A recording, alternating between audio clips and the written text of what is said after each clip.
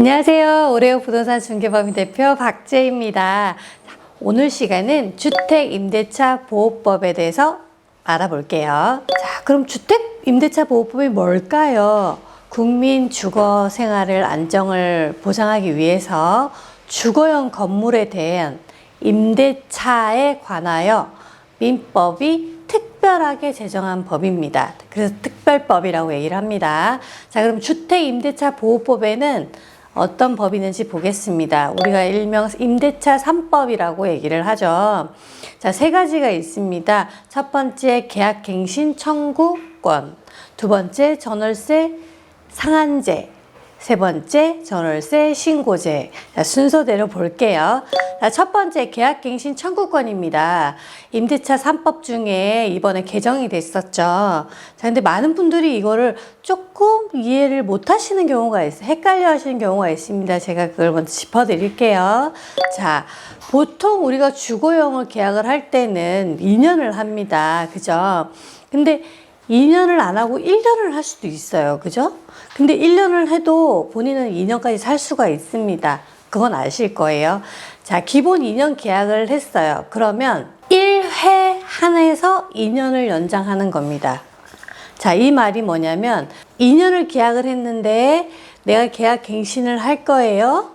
라고 얘기를 하면 한 번에 한해서 2년을 더 연장을 해주는 거예요. 그래서 총 4년을 살 수 있다라는 건데 이때 임대인은 특별한 사유가 없는 한은 거절을 할 수가 없습니다. 근데 어떤 이유가 있으면 거절할 수 있는데 그건 뒤에 가서 말씀드릴게요.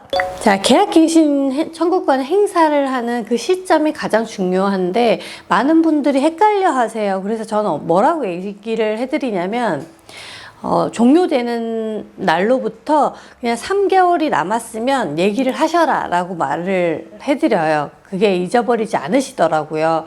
근데 법상으로는 내가 계약 만료 6개월 전부터 할 수 있어요.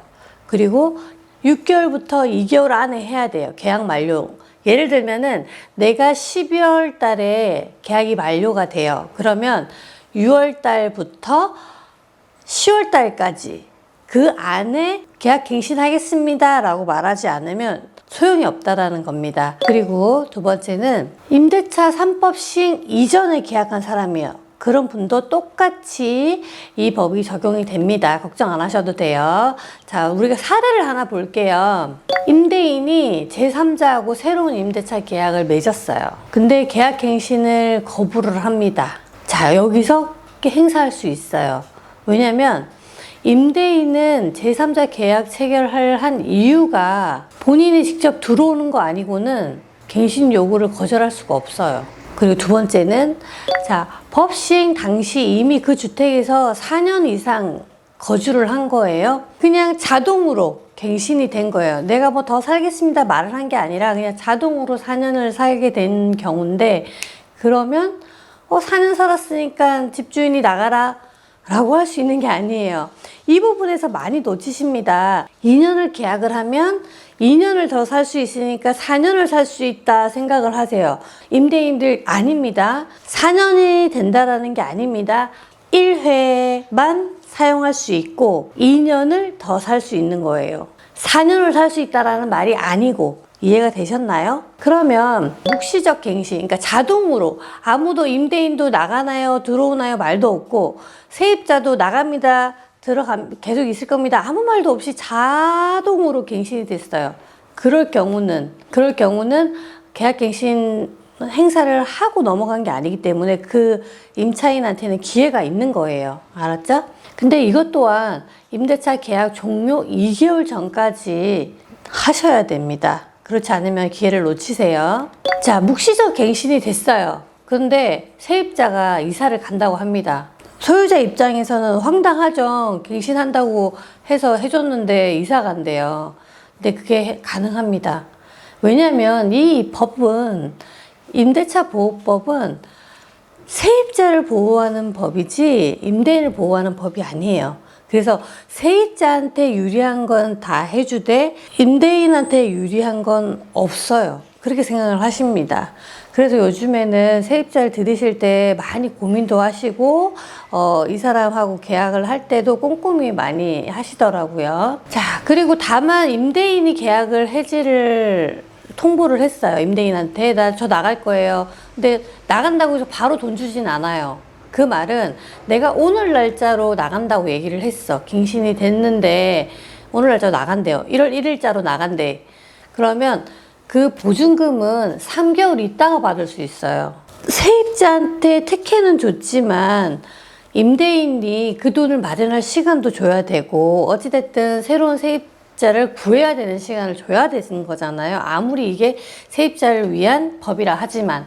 그래서 3개월이 지나야만 그 보증금을 돌려받을 수 있는 효력이 발생된다라는 거 잊지 마세요. 자, 또 세입자가 계약 만료 기간에 나가기로 했어요. 그런데 번복한 거야. 나가려고 했는데 안 되겠어요. 근데 그 번복을 기간 만료 2개월 전까지 했어. 그러면 돼요. 근데 만약에 이 사람이 12월 1일 날 나가기로 약속을 했는데 내가 11월 1일 날 말을 했어. 그러면 안 되는 거예요. 최소한 10월 1일 전에는 내가 번복은 해도 된다라는 거예요. 그 이후로는 안 되는 겁니다. 자, 그러면 임대인이 갱신을 거절할 수 있는 경우가 있어요. 이 6가지인데 이 6가지 중에 가장 지금 문제가 되는 게 임대인 직계 좀비속 포함 실제 거주하려는 경우. 이 경우 때문에 굉장히 싸움을 많이 하세요. 그런데 임대를 놓으시는 분들은 특히 조심하셔야 됩니다. 왜냐하면 진짜 본인들이 직접 들어와 사시는 거면 상관이 없는데 그게 아니고 다른 사람들 세를 놓거나 더 높게 월세를 받기 위해서 샤킹이라고 그러죠. 이렇게 거짓말을 통해서 이걸 할 경우는 만약에 시간이 지나서 임차인이 알게 됐어요. 그러면 원칙적으로 임대인은 종전 임차인이 입은 손해를 배상해야 됩니다. 근데 그 손해가 어떤 손해냐면 월 임대료 3개월 분을 하든지 안 그러면 지금 요 3가지 중에 하나거든요. 실제로 임차인이 입은 손해액을 서류로 정확하게 입증을 했어요. 그러면 이 3개 중에 가장 큰 금액으로 예전 임차인한테 손해배상을 해야 됩니다. 그렇기 때문에 예전처럼 임대인들이 이사 가니까 이 사람 모를 거야 생각하시면 오산이세요. 제가 이것 때문에 정말 배상을 하는 경우를 봤습니다. 조심하셔야 됩니다. 자, 오늘도 좋은 글귀 말씀드릴게요. 걱정은 담아두는 것이 아니라 털어내서 비워두는 것이다. 자, 여러분 걱정한다고 해결되는 게 있던가요? 저도 없었습니다. 걱정하기보다는 그냥 훌훌 털어내고 비워내는 것만이 여러분들 정신건강에도 좋을 것 같습니다. 또 뵙겠습니다.